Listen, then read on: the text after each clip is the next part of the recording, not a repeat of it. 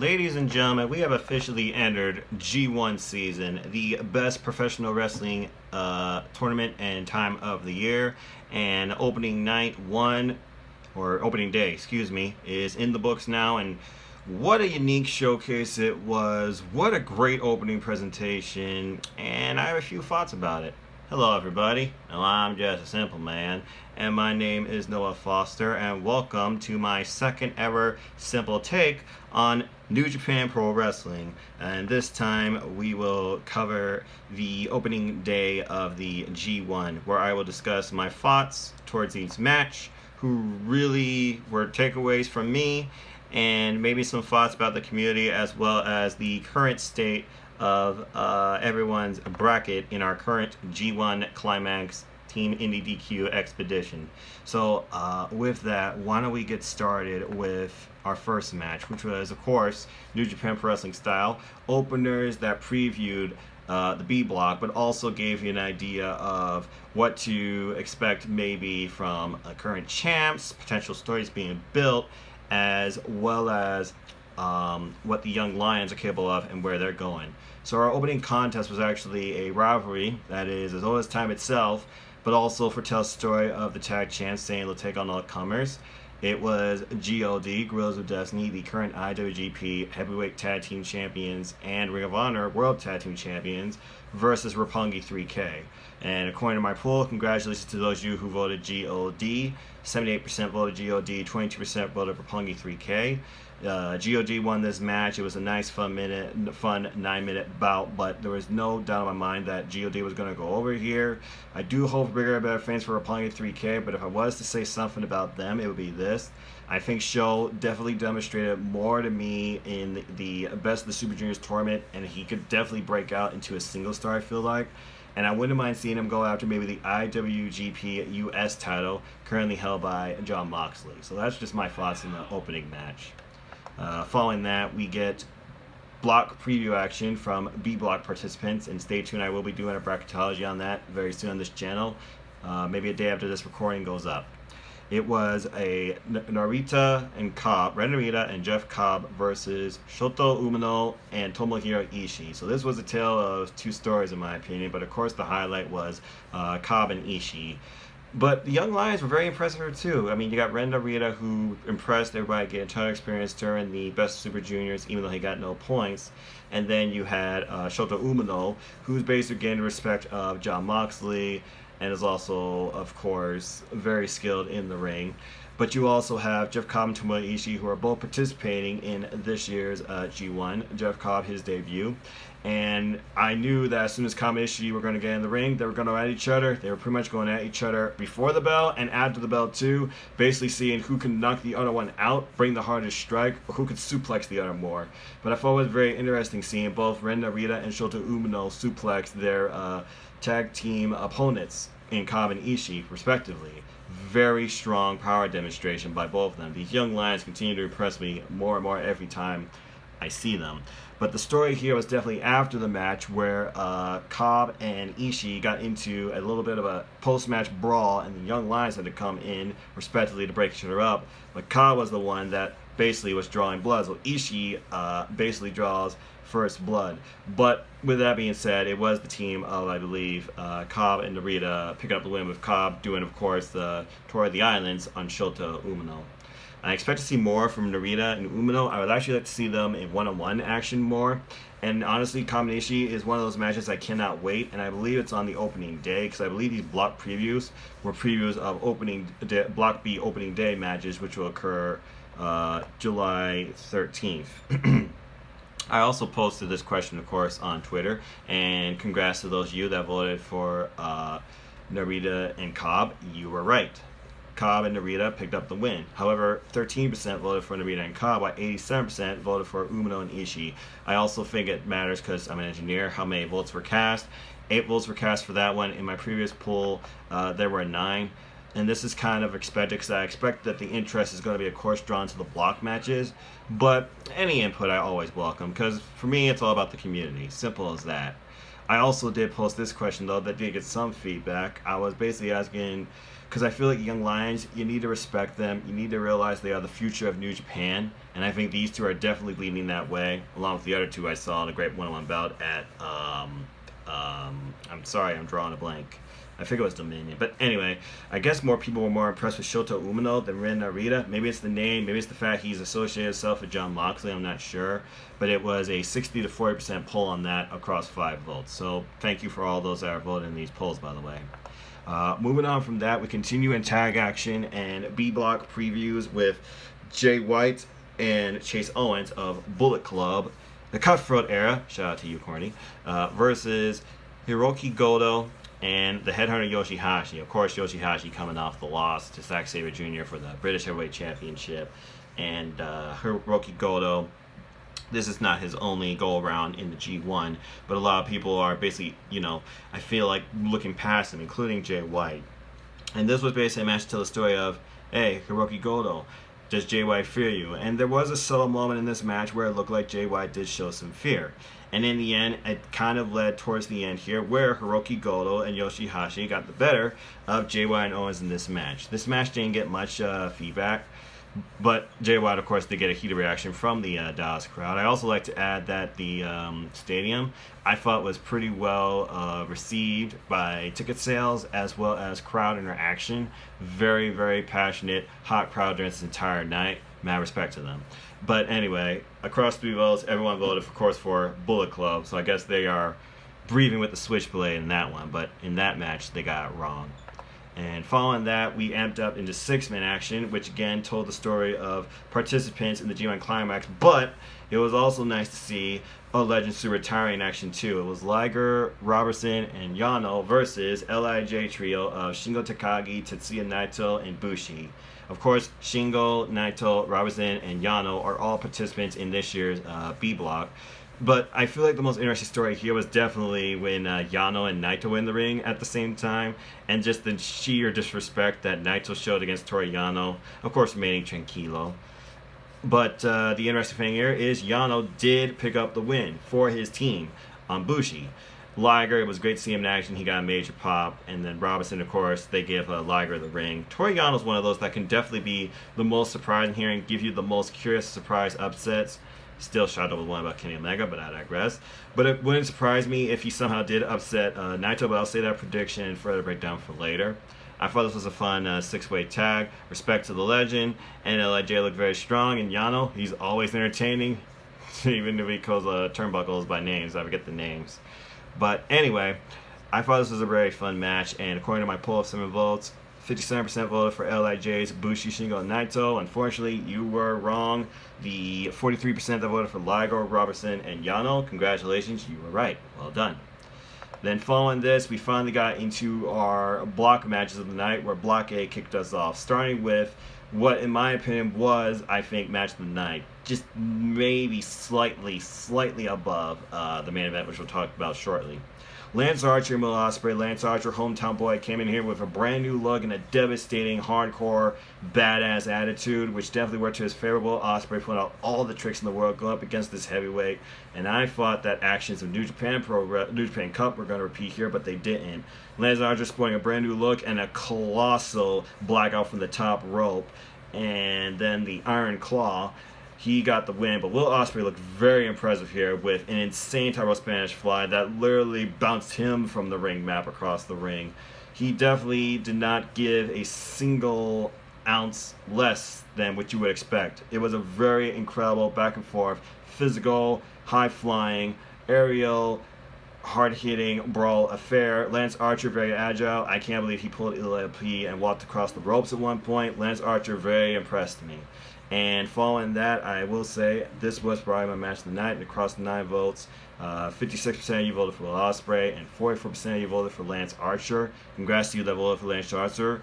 You are correct. And stay tuned. I'm going to discuss the current state of my block versus the final, and maybe some of my other friends' blocks too, at the end of this video. Following that, we move on.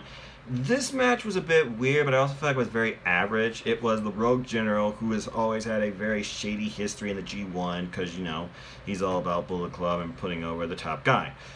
versus Evil, who I feel like is trying to prove something to himself and find himself. But in this match, just keeping it short and simple, Evil fell as a victim of his own tricks, bringing in chairs and low blows, only to eat a grenade and bad luck fall for bad luck falling for the win behind the ref's back when the ref was incapacitated. It was a very short match. I think probably the shortest match of the night. Probably the one that basically the biggest takeaway is, where does Evil go from here? How does he recover? And Bad Luck Fale literally gets 2 points by pinning Evil. And for those of you that voted 6 votes, 33% of you chose Bad Luck Fale, 67% of you chose Evil. I'm sorry, Bad Luck Fale, he was the winner. I'm very curious to see where Evil's mind is from here and what potentially could be Bad Luck Fale's top score, and whether or not he really is going to do all he can this year for himself. But I feel like it's going to be more for Jay White. Again, he didn't get a DQ. He got 2 points. Following this was a very, very, very invested technical masterpiece, and probably my most proactive poll of the night, because this match was truly amazing. It took a very different outlook versus the first one, but still definitely very close to one of my favorite matches of the night. Zack Sabre Jr. versus Sonata showcased both these men's technical capabilities and counter-opportunistic tactics, as both men jogging for position at the very beginning for submissions and pinfall to pinfall to pinfall to pinfall, paradise lock attempts. There were arm bars, there was cold skulls, there was ties in the middle of the ring, only for this match to end literally with Zack Sabre Jr. bridging like he does into a cover, only to get caught, rolled up, and Sonata picking up the win. This was truly impressive to me, and a very strong start by Sonata. And even in defeat, I think Zack Sabre Jr. definitely set a standard for others to follow. 67 votes were casted in this poll, and 58% voted for Zack Sabre Jr., while 42% of you voted for Sonata.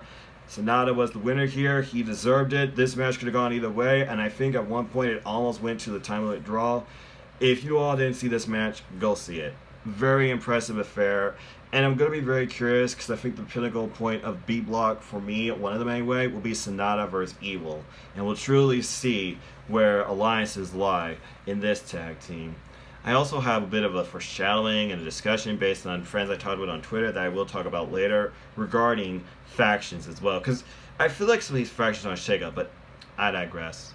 Again, Zack Sabre Jr. Sonata, very classic, fun, showcased, technical masterpiece. Go watch it if you haven't seen it. Physical at times too, but it's surprising how long it took for them to actually strike each other. Following this was a match defined by one word: kicks. This match between the debuting Kenta bringing back his former pro wrestling, wanting to show it to World versus the golden star of New Japan Pro Wrestling, and the man I believe who believes don't have a neck, but will fight until he can't freaking stand, Kota Ibushi.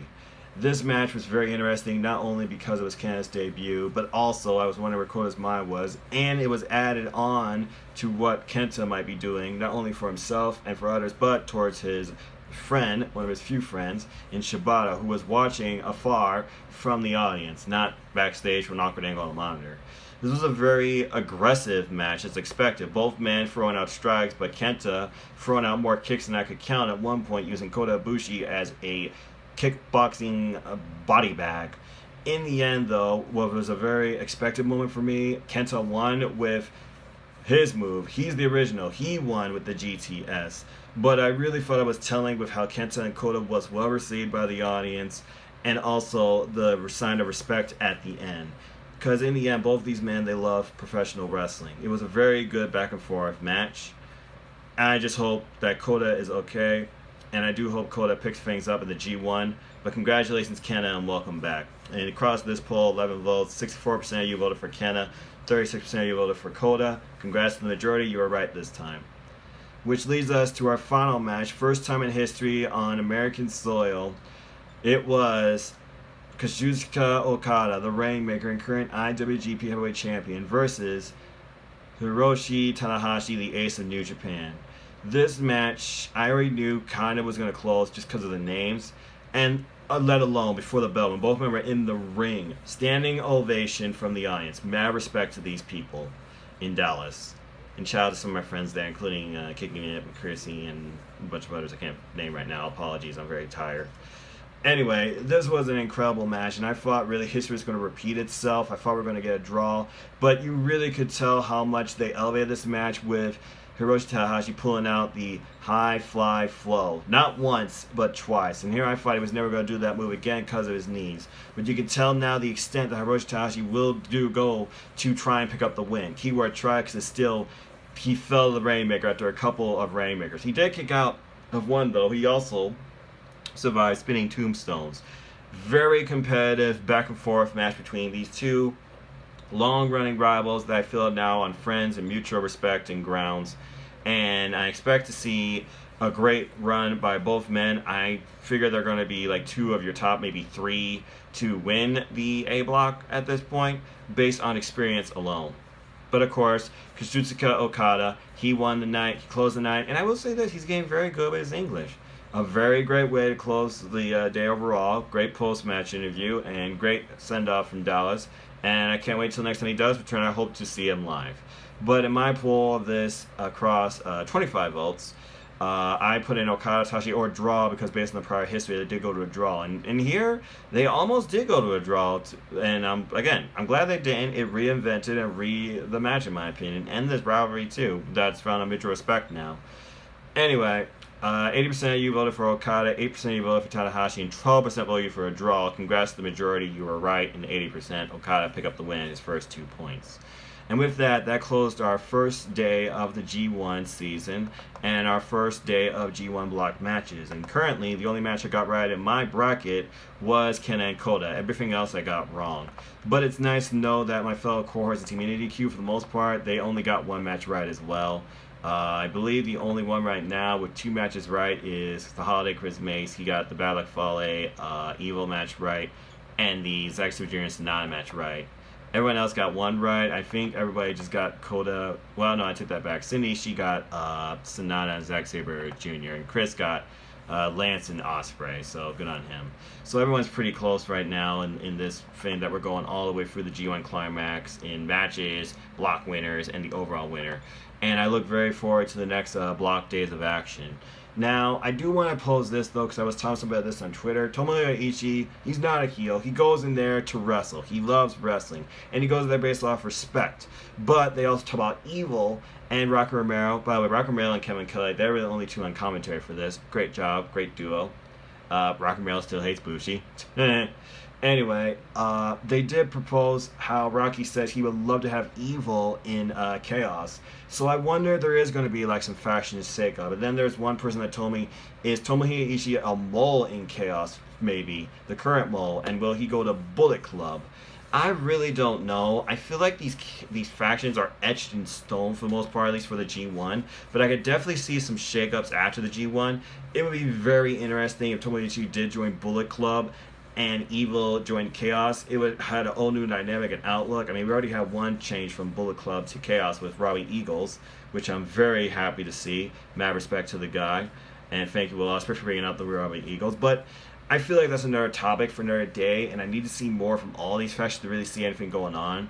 I'm very curious to see, now that they're going back to Japan, if Minoru Suzuki will play at all into the G1 Climax, because he's upset not being in it. So obviously if he's going to be in the preview matches or pre-block matches, I'm sure he's going to raise chaos and hell. But I feel like Suzuki's destiny from here is definitely to face Jusuf Thunder Liger, although I wish he was in the G1. But with that is my simple take on opening day or night, of G1, and according to a poll I made, 15 votes across, whether you thought it was an A, B, C, or D, 70% you voted A, 20% you voted B, and 7% voted for C. So again, congrats to the community on basically being very well received of the G1. Glad you opened up to it, glad you enjoyed it. But with that, I'm done with this for now, because I need to get to bed and get ready to do bracketology for the B block on this channel, as well as predictions for the next 3 days of action, whether it's by myself or with Chris Mays or Good Brother Chris or even Cindy. I do hope to bring others on here. So with that, thank you for listening, and know this, you want to know more about me, I'm just a simple man and a lifelong fan of wrestling. So you can follow me here at the Simple YouTube channel at youtube.com/users/NorFoss210, or you follow me on Twitter at nfoster1916. And I'll talk to you anything wrestling, because I watch and deal with WWE, Impact, Ring of Honor, New Japan Pro Wrestling, AEW, and independent wrestling.